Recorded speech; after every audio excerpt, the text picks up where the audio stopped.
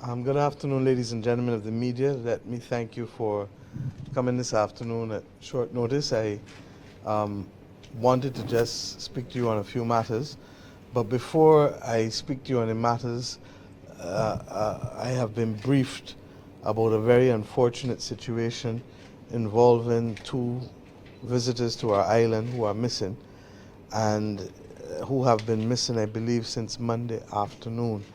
I've been briefed by the Chief of Staff, the Coast Guard, and the Acting Commissioner of Police, as well as the Attorney General.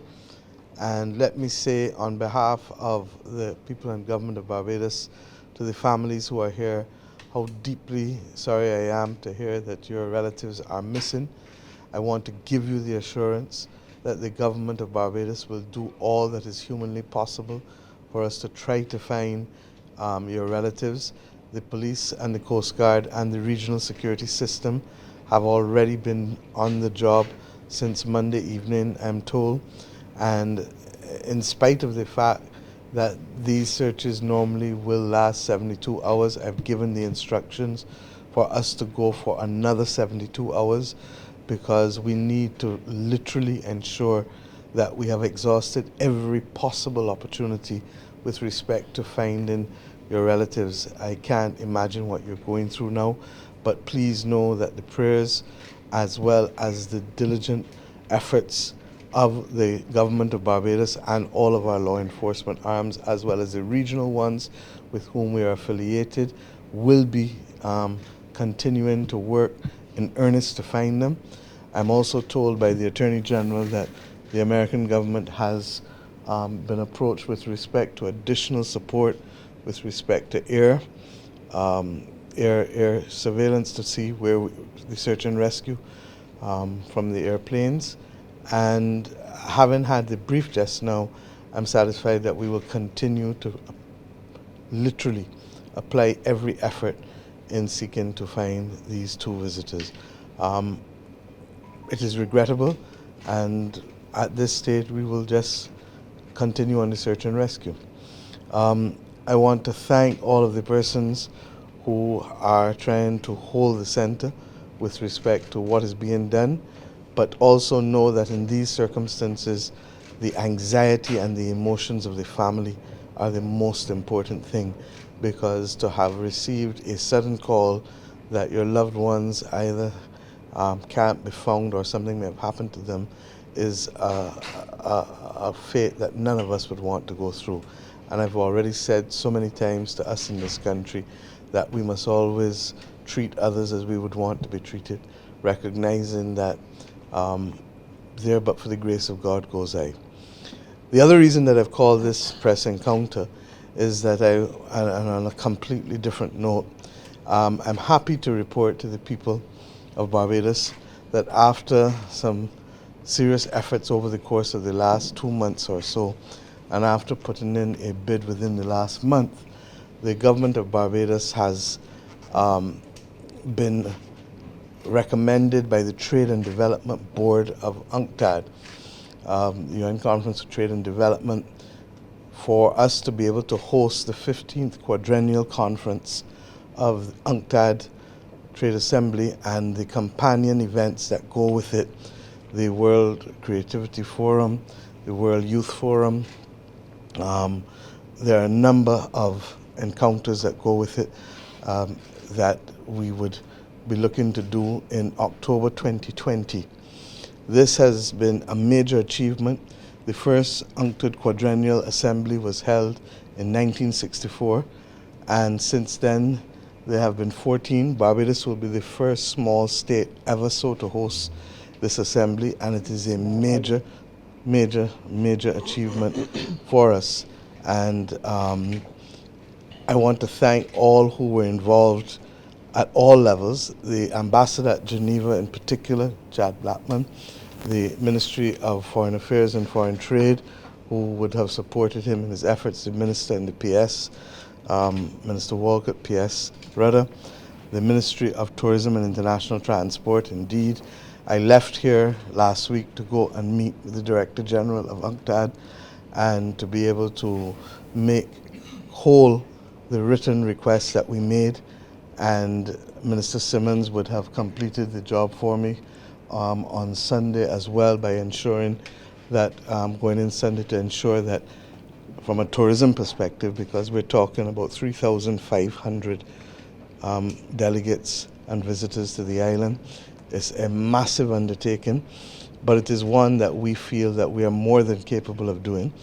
The real benefit is not just in the tourism encounter itself, but is in fact also in the fact that we will chair the next round for the next 4 years, and we will be at the center of trade and development discussions globally, which will help us begin to expand the possibilities, because small states and countries like ours have been suffering over the course of the last decade and a half with respect to the constricture of policy space. You hear me all of the time talk about climate change and the extent to which we are literally having to fight a battle that we did not start, but for which we are definitely on the front line. Every September, I'm sure some of you would have seen the message that I did with respect to hurricanes, to begin to say to Barbadians, please do not take this for granted. I know what it is for us or others to be affected, and this is a serious matter. Every September, I face the month of September with trepidation, because our fate can be significantly different within 48 to 72 hours. We've seen it with Dominica, we've seen it with Barbuda. The notion of climate refugees is very much a part of the regional conversation now. And therefore, the ability for small states to be able to finance those things that can help us fight the negative impact of climate change, or what we're seeing now in Barbados with the drought, or what we're seeing with the reefs, or what we're seeing with the sargassum, all of these are things that are as a consequence of actions taken by forces and companies and countries much larger than us, but are having consequences to us because of the warming of the Earth's temperatures.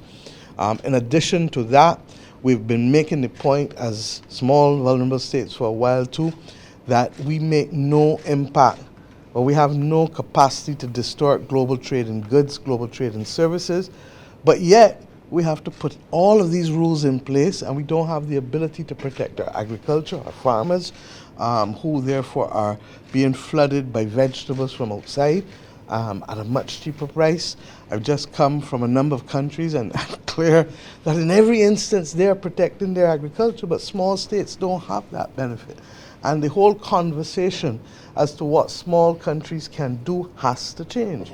And UNCTAD may appear to be unsexy to some people, but these are the things that are going to make the defining difference as to what is the elbow room and the space that we can do. The AG has been fighting valiantly with respect to the Financial Action Task Force, because we live in a world now where people want to name and shame you. And if they name and shame you, then it constricts, it limits the type of business that you can attract and the type of investment that you can attract to the country. So being able to host the UNCTAD General Quadrennial Assembly is a major achievement. We're going to need all of Barbados to help us to do it. I'm confident that we can do it, because that's our business. Tourism is our business, and we know how to treat people, and we need, therefore, to make sure that we prepare ourselves, we prepare the country. It's going to happen at the same time as the gathering. 2020 will be a huge year for us, but we can't wait until 2020 comes to start to clean up the place and to spruce up the place and to do the things that we have to do, and to make sure that how we treat and relate to people is how we would want to treat and be related to. In addition to, and more information will come on the UNCTAD encounter as we seek to put the arrangements in place. The final decision goes now to the UN General Assembly in September for it to sign off as a result of a resolution coming from the Trade and Development Board. Because the United Arab Emirates at the last minute put in a request also, I want to thank Minister Simmons for being able, and P.S. Rudder and Ambassador Blackman and P.S. Cadogan for meeting with them, the UAE, on Tuesday, and we were able to reach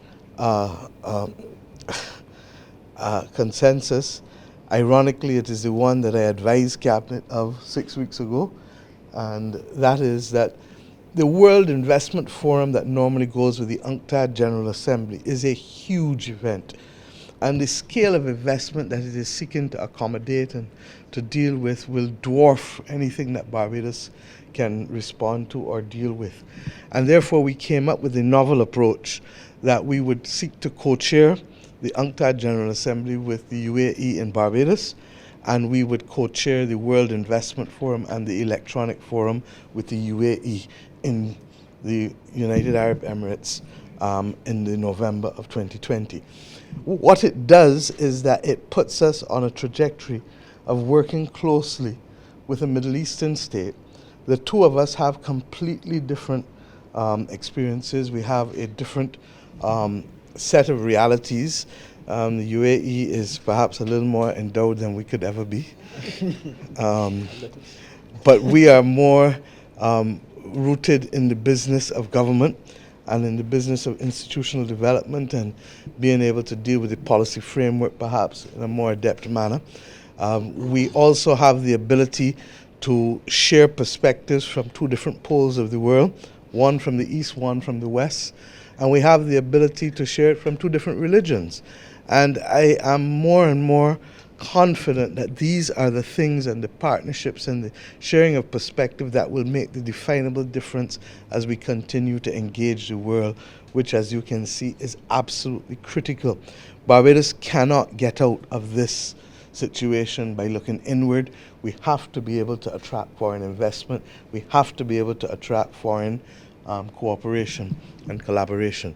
So I want to thank the others.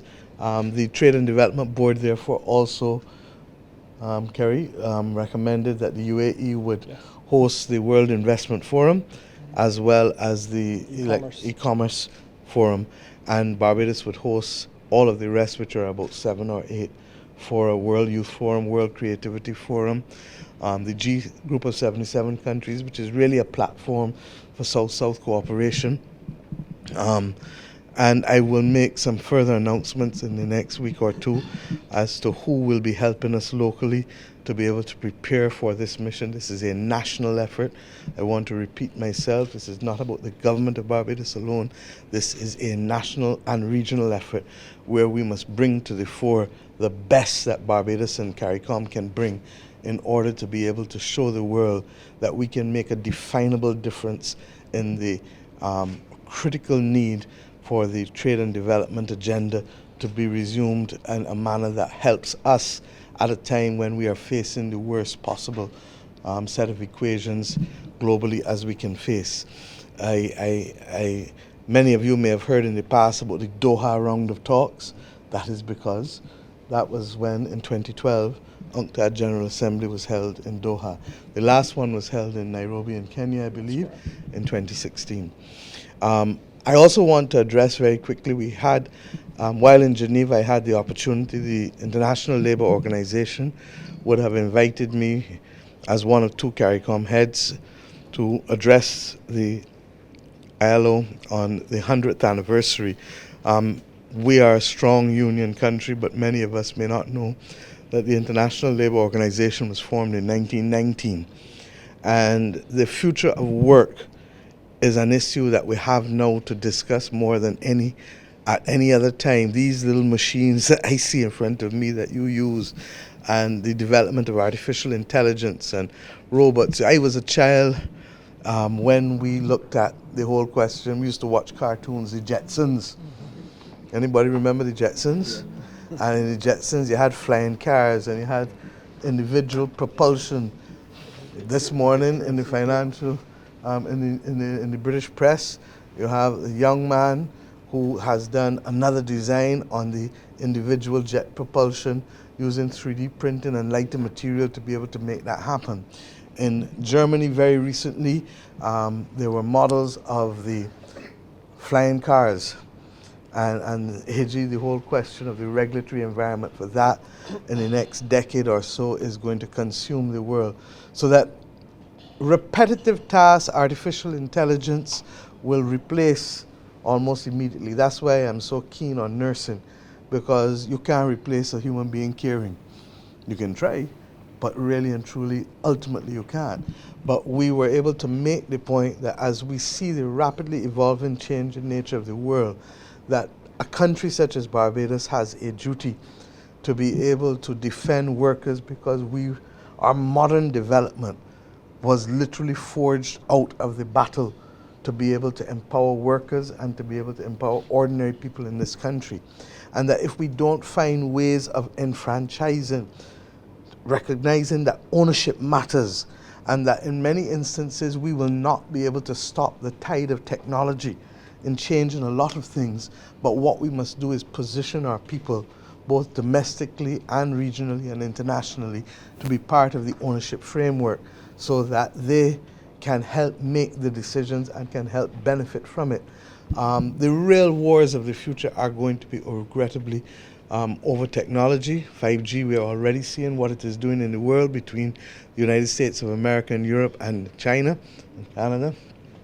And we have to be smart about how we retrain our people, and the retraining exercise with the appointment of the National Training Coordinator soon is perhaps one of the most important things that my government will do to ensure that we, one, retrain in the private and public sector by, one, defining excellence in each job, two, working out who can train to excellence in each job, three, who can certify to excellence if certification is available, and four, who can monitor the habit of excellence, because excellence is a habit.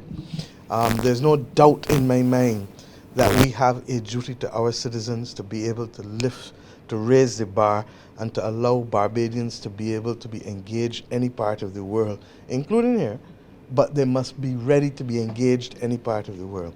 It is with that in mind that we also, before I finish, we also were able to do a wonderful tribute to Sir Roy Trotman. I don't think we realize as a country how Barbados produced two general secretaries who have made a definable difference over decades in the functioning of the International Labour Organization. The current one is also on the governing body, but Sir Roy served for 9 years as the vice chair of the workers component of the ILO, which is as high as you could get without being the Director General in the ILO. And we were able to unveil a bust there for him in his honor as part of the centenary celebrations. Thereafter, on going to Morocco, we would have had, and I think some communication has been done there already, but the Minister of Foreign Affairs and myself would have proceeded to Morocco.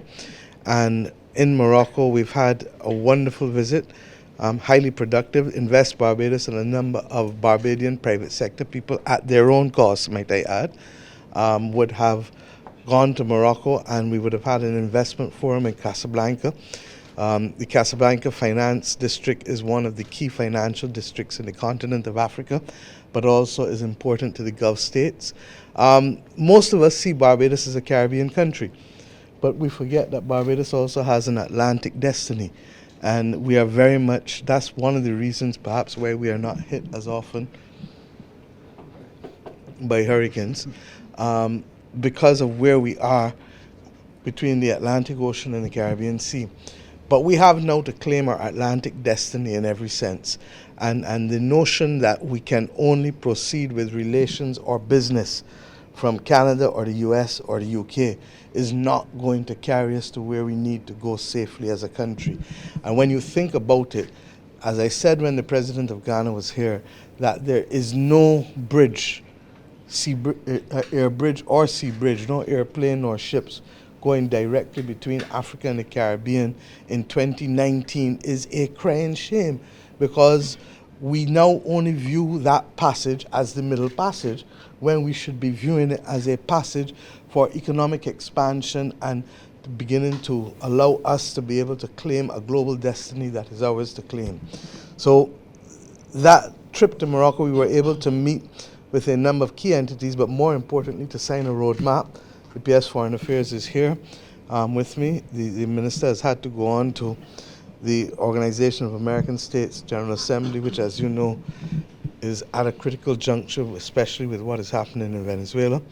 But we were able to sign an agreement that laid out further, deeper cooperation. Many of you may not know that the Moroccans, for example, have been doing soil testing in Barbados for us to be able to determine how best we can fertilize our soils in order to be able to increase the yields significantly, and food security is going to be as important as water security as we go forward as a nation in the next few decades. In addition to that, they have been donating fertilizer to this country, and they will continue. There are a number of scholarships that are going to be made available, and we made the point that we're not only going to have these scholarships in academic areas, but we want these scholarships in technical and vocational areas. We are, the Minister of Tourism and International Transport will now start the process of negotiation of a multilateral air services agreement with Morocco to see if we can bridge that gap between Africa. When you look at it and Barbados, it's less than the time of flying back from London. We will get to Morocco quicker than we will get to London. We will get to Ghana quicker than we will get to London. And that's the tragedy that we're trying to be able to put behind us. In addition to that, we have also agreed that on the heritage side, Morocco is an ancient civilization, and it has been water scarce for most of its existence. We all know that from our geography at school. And therefore, the cooperation between them and ourselves with respect to how to conserve and expand the options with water is absolutely critical. They are food secure. They have food security in spite of the absence of water. It's an amazing thing. And they've done all kinds of things from artificial rain right back through. But we also recognize that, and they have something called the Atlantic Dialogues, and that they have treated to the Atlantic, but they've treated to the Atlantic as coastal African states, or the US, or other states, but not the Caribbean countries that are in the Atlantic.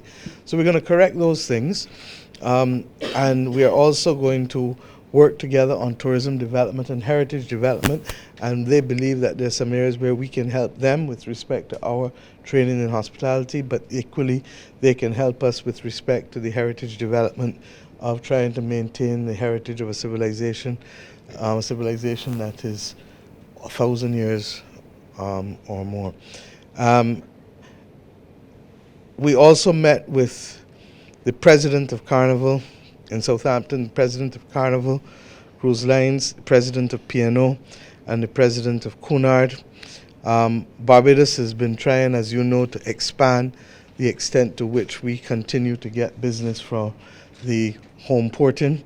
The beauty of those lines coming out of Southampton is that they really represent for us the potential growth area in cruise, because they come south, whereas the ones coming from Miami, Barbados is too far south for the 7-day turnaround with the cruise out of Miami, and that is why either the Puerto Rico-based cruises, which had significantly dropped in recent years, or the ones out of the UK, the fly-in cruise, are the ones that are really suited for us.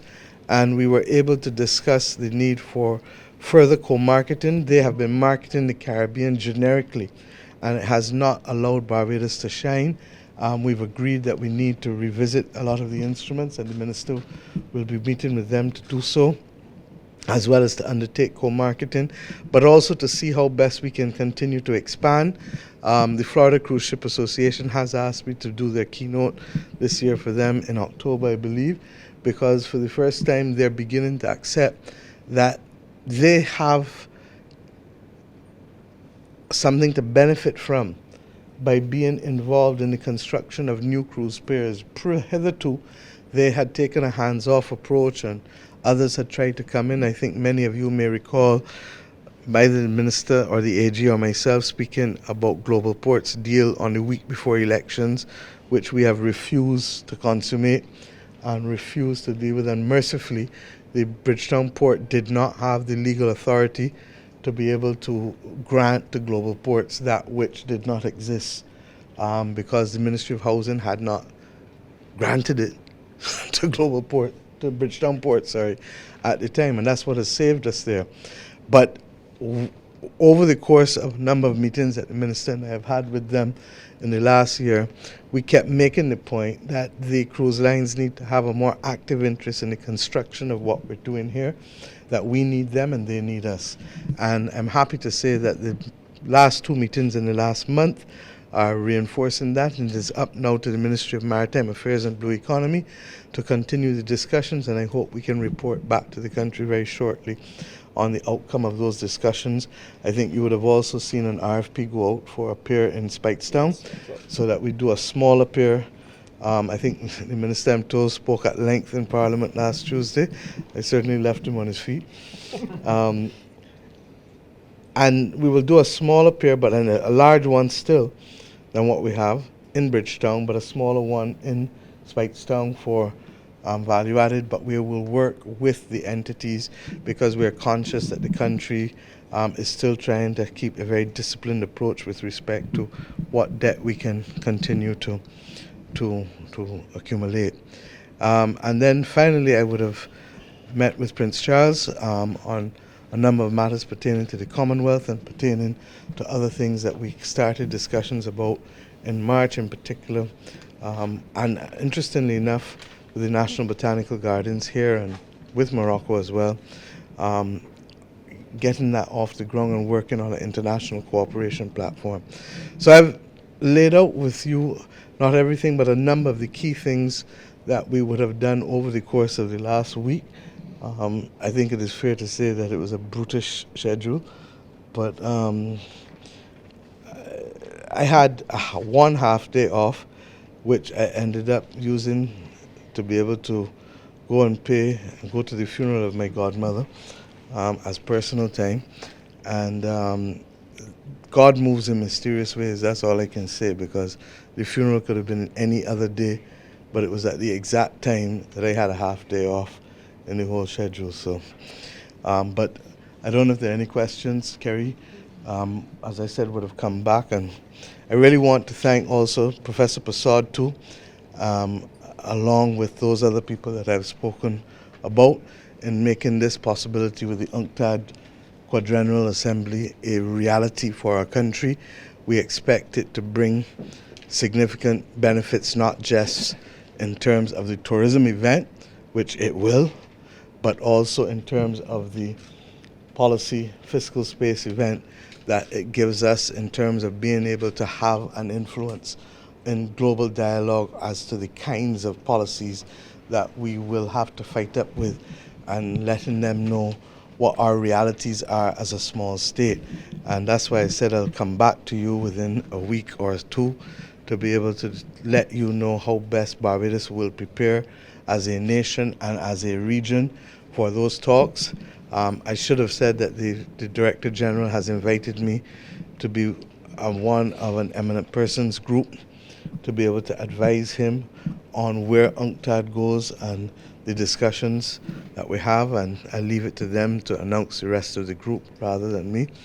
And that they have also invited me to do the 15th Raoul Prebisch Lecture in Geneva, which is done every few years as well, as part and parcel of the discourse towards helping to shape this agenda that is going to be critical to us. The world is settling on 2 degrees or more, and even that 2 degrees the United States of America walked away from at the Paris, as part of the Paris consensus.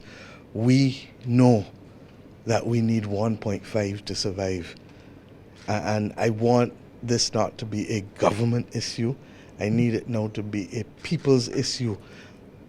Ordinary people, Sandy, your son, Gershine, your family, everybody in Barbados must see themselves as part of a global movement with respect to how we are going to deal with this issue of climate change. If you doubted it, tell me, what is the temperature in Paris today as we speak? 30 who? 43 or 44 degrees. You understand? And that's what it will be again. Yesterday in Scotland, they said to me that I brought the sun. Celsius. So that is in excess of 100 degrees. And these kinds of temperatures only hit Europe normally in August. They're hitting Europe in June. It's hotter in So- Switzerland than in Barbados. And it was hotter in Scotland yesterday than in Barbados. It's hotter in Scotland today than any other part in England. So this is real, and we need now to have the discussion. That's why we're having the drought issues. That's why we're having the problems with the sargassum. Barbadians just have to change as part of the rest of the world. We're living in a world that can see flying cars. We're living in a world that can see all kinds of things that we never contemplated, and we have to change our behavior and to change how we relate to each other. And there's going to be a lot of conversations, and other members of the cabinet will have to share the burden in talking the country through some of these issues, as well as non-governmental people, university, the media.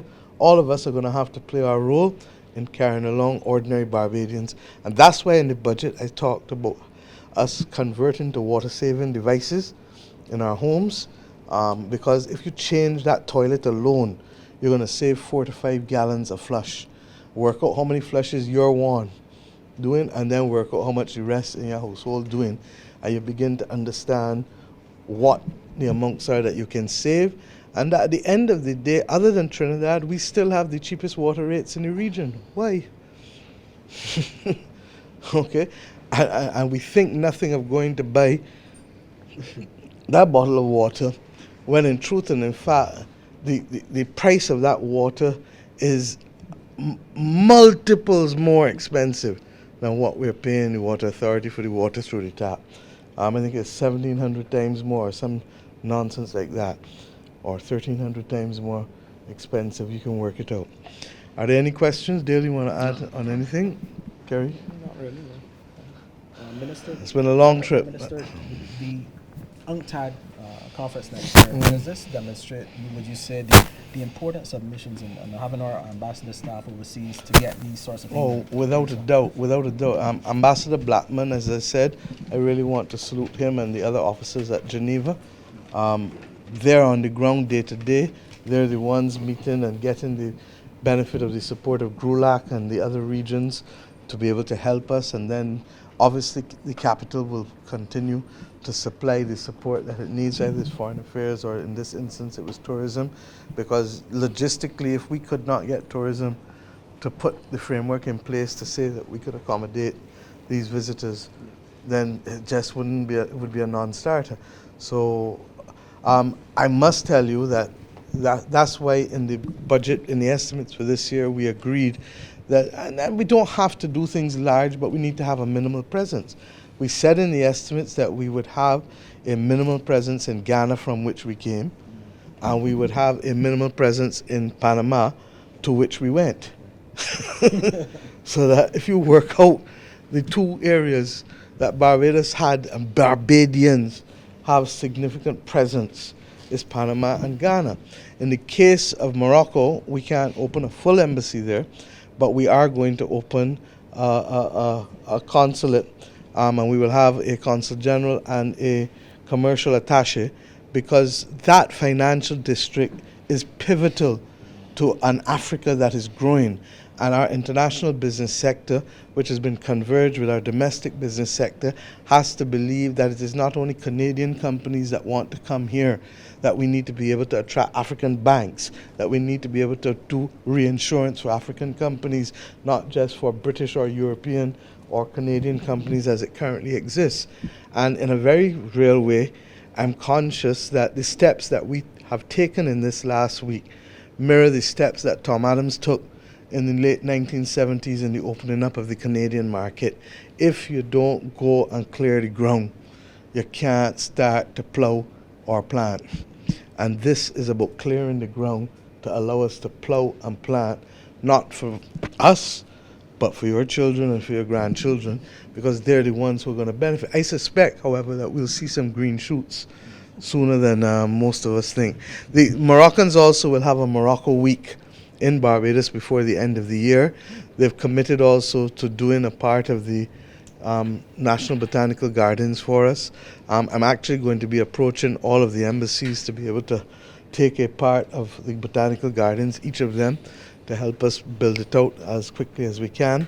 Minister Prescott has done a wonderful job in clearing, but we need to move beyond clearing now to landscaping and planting. And one of the things we've said for 2020 is that we want every Bajan here and coming home to plant trees next year.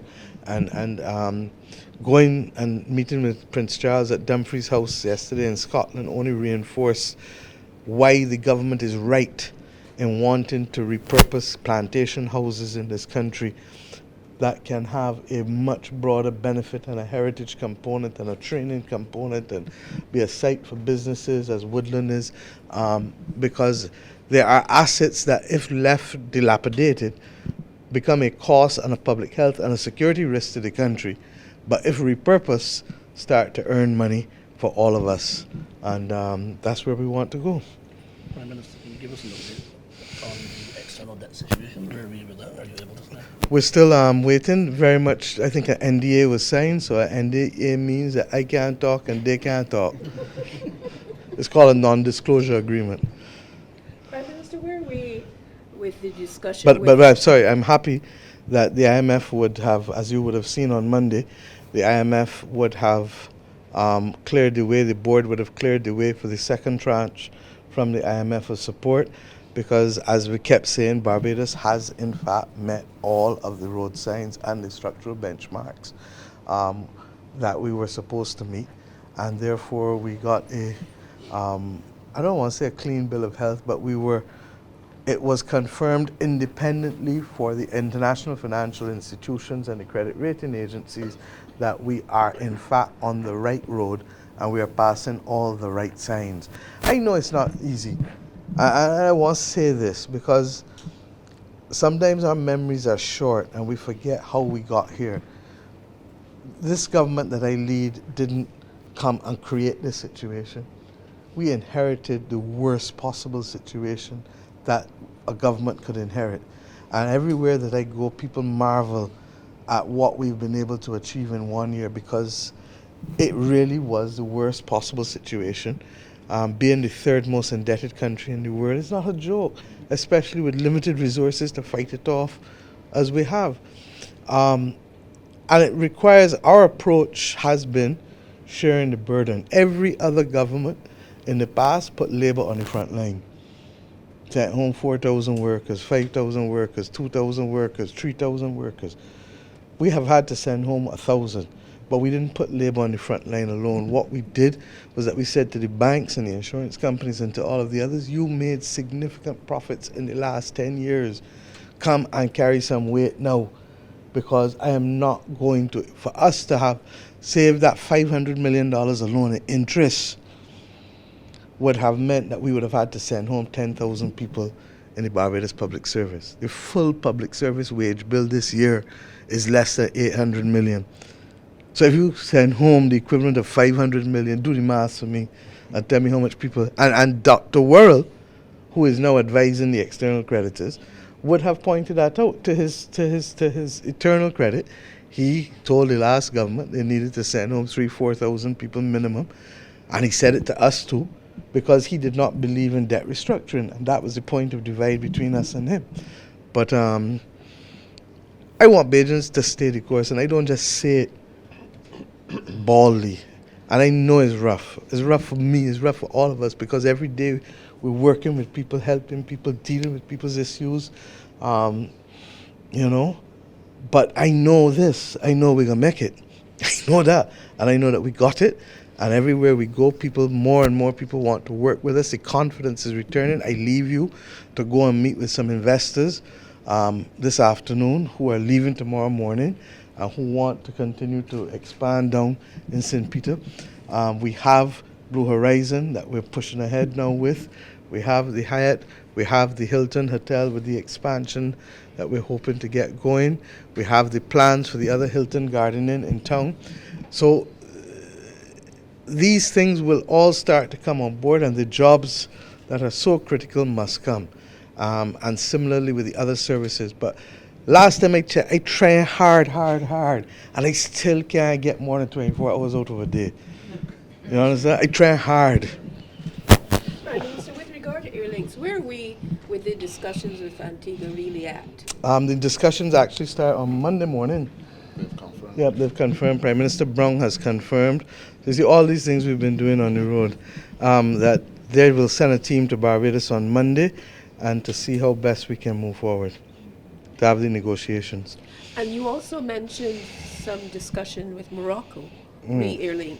Well, first of all, you want to get the air services agreement, because once you have that air services agreement, and in many instances we want to liberalize as much as possible, then that is what gives the airlines the right to fly, between point to point, or whether they pick up or they can only drop off. There are a whole host of rules in terms of the air service agreements.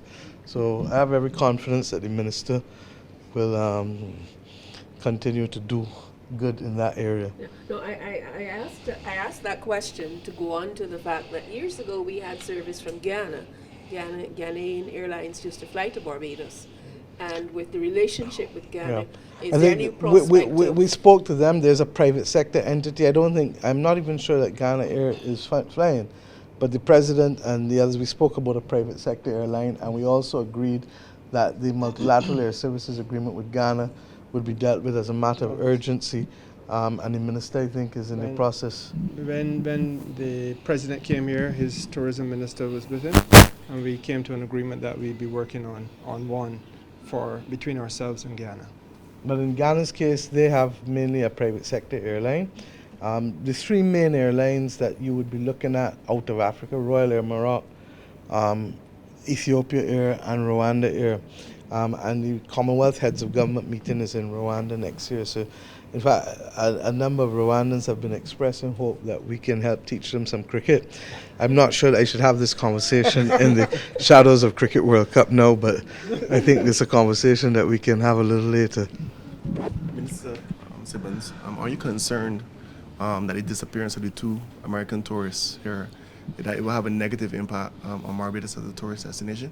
Not the simple disappearance of them. I don't think the mere disappearance of the tourists would have a negative impact. I think the issue really is how we manage the situation, how we project to the world that we are managing the situation. And that is why it was a very important thing to return today to demonstrate to all of the press who are on island, as I understand it, that there is someone taking charge, and that the government is very conscious of the situation and doing all within its power to rectify, if possible, the circumstances.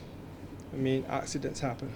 We left England today, and the headline in the United Kingdom is a young lady who disappeared at a summer camp. But things happen. But it's how you manage it, how you relate to the family in an hour of what could really be loss and grief. And you have to be compassionate and accessible.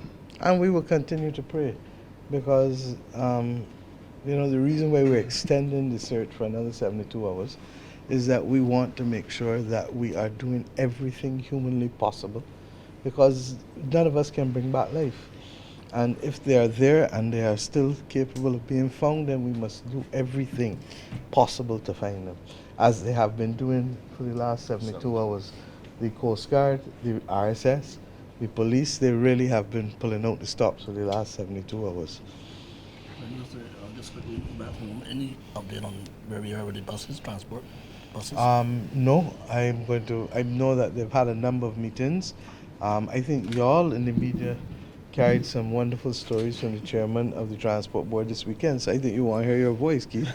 I just want to you've been busy. No, I think it was a double spread that they had in the nation, and then the nation did an exclusive going to UCAL. I have learned to walk and chew, so even if I'm not on island, my eyes are very much here. Precisely why I asked you that question. No, they're in the process of doing what they have to do. And the chairman has given us some assurances, and we're working with them. Look, the one thing we learned, nobody in the world keeps inventory or stock anymore. And the difficulty for us has always been that we inherited a situation from the last government that we have no fiscal space. And therefore, we have to make sure that as we want to create or take on any debt, the economy is growing. And we're doing that, because if we don't do that, it will put people on the front line again. I'm not going to do that. So we believe that the plan that the chairman has is a workable plan. We believe that we have also the transition to electric. But in all of those things, both diesel and electric, there are no buses other than I think about a few literally single-digit ones that are available any part of the world, which is why he has been working to refurbish the existing ones and getting the spare parts in and having a clear regime in place that has in fact increased the numbers of rolling stock. But it'll probably take another 6 months to a year before we see the kind of numbers and perfection that we want to see. But we will get there. This is a country that didn't buy a bus for over 11, 12 years. Prime Minister, recently, a couple of days ago, did You all really miss me. Oh yes, a couple of days ago, did an interview with Herbert Van der Rohe from Koeman, and I asked him about the ease of doing business. He mentioned the fact that port and everything actually went well, knowing where we were on the index. Well, can you speak to what some of the things that are happening now that are improving that ease of doing business? We've actually had Minister Cadell has been working assiduously with a number of other ministries. The AG has been dealing with the corporate affairs side and the financial action task force matters, and we are literally working assiduously such that the measurements that they take next year will hopefully see an appreciable and reflect the appreciable improvement that we want to have with respect to so many different areas. We've already made the changes to town planning. We're making the changes to corporate affairs. We're doing the electronic technology with respect to your being able to go and do your business, whether it is filing online, going to immigration online, going to licensing authority online, digital payments. But these things take time. So we were literally starting, as I said, you got to clear the field first, then you got to plow, then you got to plant the seeds, then you got to hope some rainfall and some sunshine for the plants to start to grow, and then you have to reap. And with the best will in the world, doing that on multiple fronts takes time. So some of them have finished, town planning has. Some of the other changes in terms of some departments. Others will continue for the rest of this year, and I believe that you'll start from next year. Doing Business Report does their measurements in May, so we would only have had 1 May. I'm targeting the 2nd May. You understand? And it's almost a level of patience that's required while we do it on multiple fronts.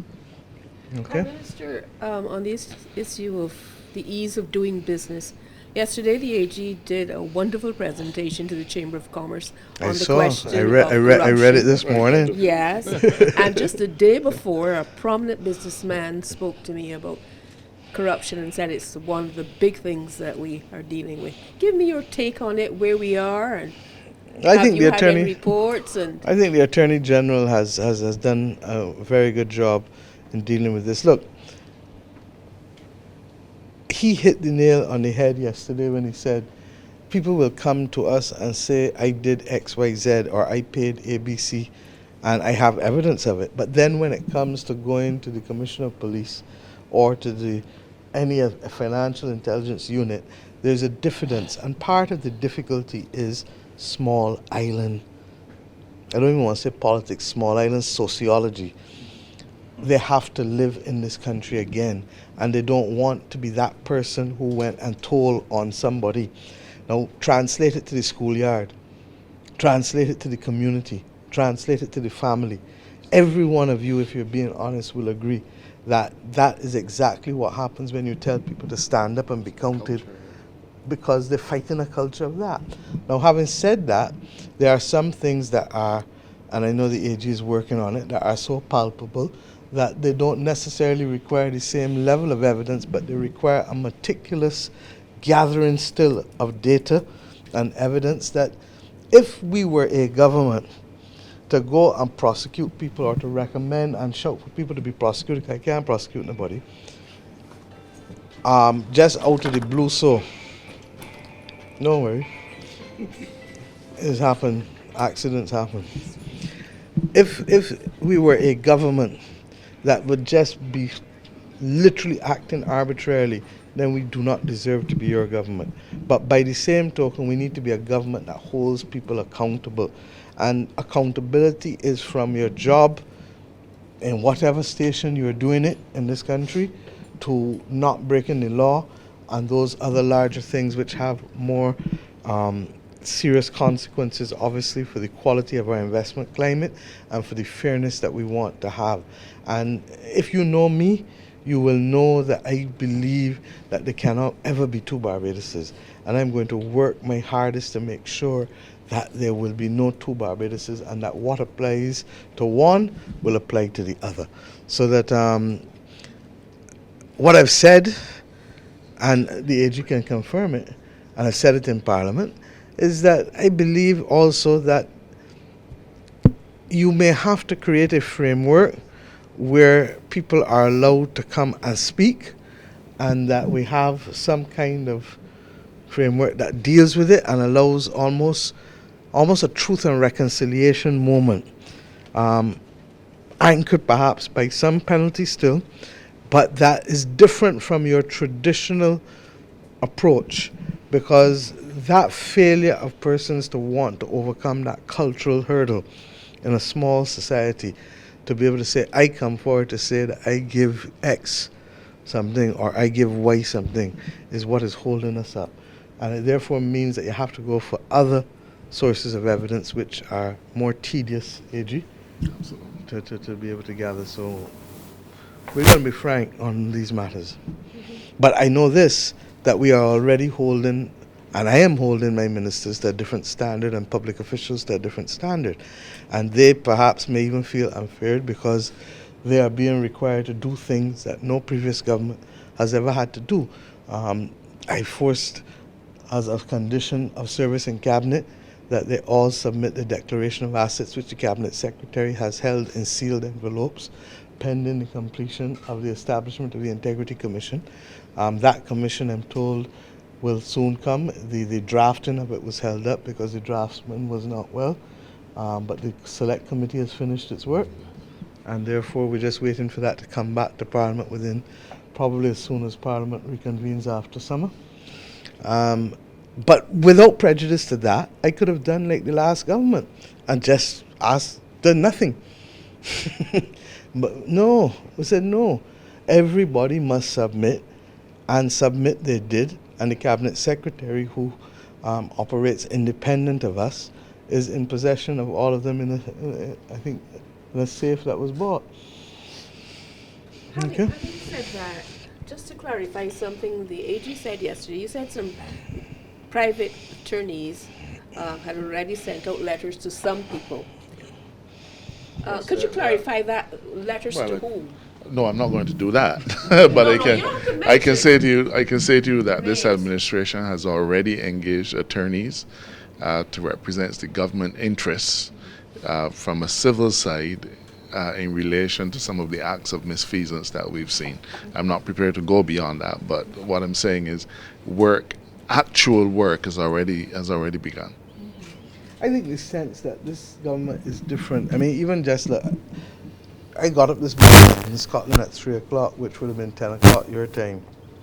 So that I've been going I've been in these clothes since 10 o'clock last night. But I felt that being away for a week, 8 days in 2 or 3 different jurisdictions, I had a moral obligation to speak to the country, to explain, even though the Instagram and social media keeps it up, there are a lot of people who don't necessarily use social media. We have tried, every time I travel, the country knows where I'm going, what I'm going to do. I think the only thing I haven't told the country deliberately, they're telling me that I have to go on vacation in August. My cabinet is insisting that I need to get some rest. But know that Middle Temple made me a bencher. And I didn't do that deliberately, because if I did it, people may have thought that I was trying to make a political point for those who said that I was not a lawyer. Because I don't know how you can be admitted one of 400 benches in an institution that was started in 1580 without being a lawyer. So, but that's neither here nor there. And that was done, not this trip, but before. So, but look, Barbados has to take advantage of every possible thing. And why these trips are as packed as they are is that we don't want to have to do multiple trips, because I'm conscious I didn't come down first class. If I'm traveling on the first day and I'm going straight to give a speech, I might on occasion do it. But my government has said no, that you have to make the adjustments, that if people are suffering, you're going to make adjustments too. You understand? So that we're trying to do the right thing by Bajans, walk the walk, and not just talk the talk. But by the same token, we know that how we do things in this country has to change. And that's why having the UNCTAD General Assembly here is going to expose Barbadians to so many things. I've announced that I don't know if I'm going to be able to do it before school finishes, but I want to meet with all of the fifth formers and sixth formers in the country as a platform towards the World Youth Forum next year. That will be held here in October 2020, because our young people must know now how special they are to be able to shape the voice and to contribute to the voices of global young people by the hosting of this forum here. And we can't just wake up next October and it happens so that when I was in education, I would know when schools were closing. But if we can't get it done before the schools close, it'll be done early in September so that they can start to play their part in getting these things done. But we've tried to compress as much as possible, both to save money, but also to allow you not to be out as much as you might otherwise have to be. Okay? Thank you. Thank you so much. Thank you very much.